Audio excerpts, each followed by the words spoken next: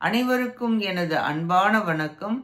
திருவள்ளுவர் இயற்றிய திருக்குறளில் அறத்துப்பால் அதிகாரம் 8 அன்புடைமை 72வது குறள். அன்பிலார் எல்லாம் தமக்குரிய அன்புடையார் என்பும் உரியர் பிறர்க்கு.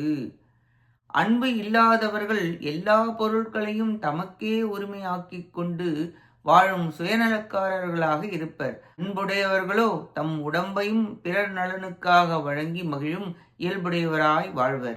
அன்புள்ளவர்களை எப்படி கண்டுபிடிப்பது என்றால், எவன் தன் பொருள்களை பிறருக்கு தருகிறார்களோ அவர்களே அன்புடையவர்கள் என்று கருதப்படும். தானம் அன்பின் அடையாளமாகும். தானம் இல்லற அடையாளம், தவம் துறவற அடையாளமாகும்.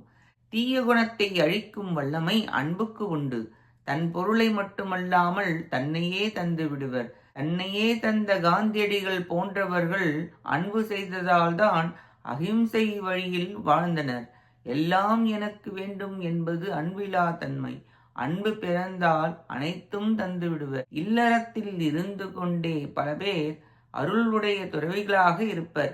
அன்பு மேலோங்கும் போது தியாகம் செய்த கண்ணப்பர், சிபி சக்கரவர்த்தி, சதீசி முனிவர், கர்ணன், காமராஜர் போன்றவர்கள் தன்னையே தந்தனர். இக்குறளின் மூலம் அன்புடையாரின் சிறப்பு கூறப்பட்டது. நன்றி, வணக்கம்.